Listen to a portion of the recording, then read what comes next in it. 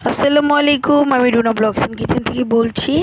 আজকে আপনাদের জন্য শীতের একটা খুব মজার টক নিয়ে আসলাম। এটা হলো আমাদের কুমিল্লার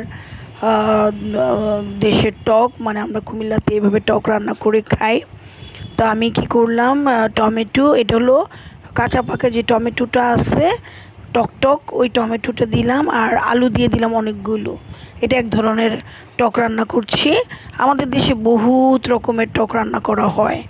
তো এর মধ্যে আমি হলুদের গুঁড়া দিয়ে দিলাম 1 চা চামচ, জিরা দিয়ে ধনিয়ার গুঁড়া দিয়ে দিলাম 1.5 চা চামচ, আর মরিচের গুঁড়া দিয়ে দিলাম 1/2 চা চামচ, কারণ মরিচটা একটু কম রাখবো। কাঁচামরিচ দিলে আরও বেশি ভালো হয়। তো আমি কাঁচামরিচটা আজকে দিব না, কারণ আমার অনেকগুলো টকের রেসিপি আছে অলরেডি। যারা দেখতে চান তারা দেখে নিতে পারেন। আর আজকে আমি টকটা রান্না করব অ্যাকচুয়ালি জলপাই দিয়ে, কারণ শীতের সময়, শীতের পরে তো আর জলপাইটা পাওয়া যায় না। আমি অনেক ধরনের টকের রেসিপি আমার ইয়েতে দেওয়া আছে। আপনারা যারা টক রান্না করে খেতে চান, বিভিন্নভাবে আমি টক রান্না করেছি। টকটা সেইভাবে রান্না করে খেয়ে দেখতে পারেন, এবং দারুণ দারুণ মজা। টকটা খেলে মনে হবে কি আপনি স্যুপের মতো কিছু খাচ্ছেন, আপনার রুচি ফিরে আসবে টকটা খেলে। মানে টক খেলে রুচি শেষ হবে না, এত মজার একটা টক মানে আমরা রান্না করি, আর খেতে খুবই মজা হয়। তো যাই হোক, এখন আমি টকটা রান্না করছি। আলুটা হয়ে যাবে, নতুন আলু তো বেশি সময় লাগবে না। টমেটোটা অলরেডি গলে গেছে, কারণ এটা হলো ওই যে কাঁচা পাকা টক টক টমেটোটা। আর কয়েকদিন তো পাওয়া যাবে, আর কয়েকদিন পরে পাওয়া যাবে হলো আপনার ওই ফ্রোজেন টমেটো, বা টক না এত বেশি ওই ধরনের। আর এটা হলো টক, বেশি চামড়া মোটা না, পাতলা একটা চামড়া আর গোল। এটা খেতে খুবই মজা, আর টকের জন্য এটা পারফেক্ট টমেটো। তা আমি একটু আধো ভাঙা করে নিব, ফুল ভাঙবো না। একটু ভাঙাটা এমন হবে যে যাতে আপনার মুখে লাগে। আর টকটা এত ঘন করব না যেটা খেতে মজা লাগবে না। একটু পাতলা টক আমরা রান্না করে খাই। তো আমি কী করলাম, টকটা হয়ে আসছে, এখন আমি বড় বড় কিছু চিংড়ি মাছ দিয়ে দিচ্ছি, কারণ টকটা ঘরে সবাই খাবে না, আমরা 2জন মানুষ খাবো, তাই সেই পরিমাণে মাছটাও দিয়ে দিলাম। তো এখন একে একে আমি সব কিছু দিয়ে দেবো। এখন আমি জলপাইগুলো একটু কেটে নিচ্ছি।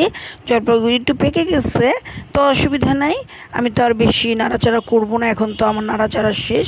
এখন শুধু আমি কিন্তু বাগার দিচ্ছি না, আমি কিন্তু বাগার দিয়ে অনেক টকের রেসিপি দিয়েছি, ওইগুলো আপনারা দেখবেন, দেখে এখনই এই টক রান্না করে খাবেন, খেতে বেশ মজা লাগবে।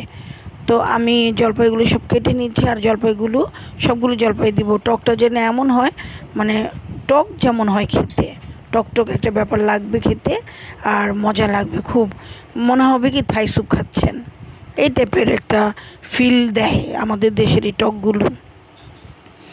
তো আমি সব কিছুই দিয়ে দিলাম। এখন পরে দিয়ে দিব ধনেপাতা। আমি কিন্তু পেঁয়াজ রসুন কিছুই দেই নেই। আমাদের দেশে টক এইভাবে রান্না করে বেশি সময় মানে মাখায়া বসায় দেয়। তো আমি মাখাই নেই কেন, আমি ওই যে এটাকে ইয়ে করবো, একটু ঘুটবো, ঘুটে তারপরে আলুগুলো একটু ঘুটে দিব। এই জন্য আলু কিন্তু আধো আধো আসছে, পুরো একদম গুঁড়ো গুঁড়ো করে ফেলি নাই, বা একদম মিহি করে ফেলি নাই। আর অনেক ধনেপাতা দিয়ে দিছি, এখন ধনেপাতা খেতেই মজা লাগে বেশি। আর আমি তো সব কিছুতে একটু ধনেপাতাটা দেই, কারণ ধনেপাতা আমার খুবই ফেভারিট একটা পার্ট। এটা আমার খুব পছন্দ, খেতে বেশ মজা লাগে, আর ফ্লেভারটা অনেক বেশি সুস্বাদু করে দেয়, খাবারটাকে অনেক বেশি মজা করে দেয়। এই জন্য আমি ধনেপাতাটা ইউজ করি। যার ভালো লাগবে না সে করবেন না। তো যাই হোক, আমি একদম মানে পারফেক্ট একটা টক তৈরি করেছি, একদম বেশিও ঘন না, বেশি পাতলা না, খেতে এত এত এত মজা হয়েছে।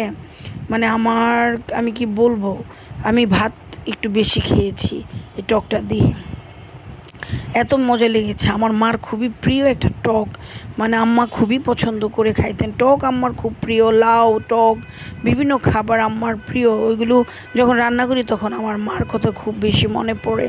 আর আমার শাশুড়িরা টক তেমন খায় না, কিন্তু আমি যে ধরনের টক রান্না করে খাওয়াইছি ওই বাগার টাগার দিয়ে ওই ধরনের টক ওনারা খায়। ওনারা খায় খাট্টা খাট্টা খাট্টা বলে আর কি। তো ওইটা আবার আমি একটু বাগার দিয়েছি, রসুন পেঁয়াজ দিয়ে বাগার দিয়ে রান্না করে খাওয়াইছি, ওইটা মজা, ওইটা এক ধরনের মজা, আর আমাদের এটা এক ধরনের মজা।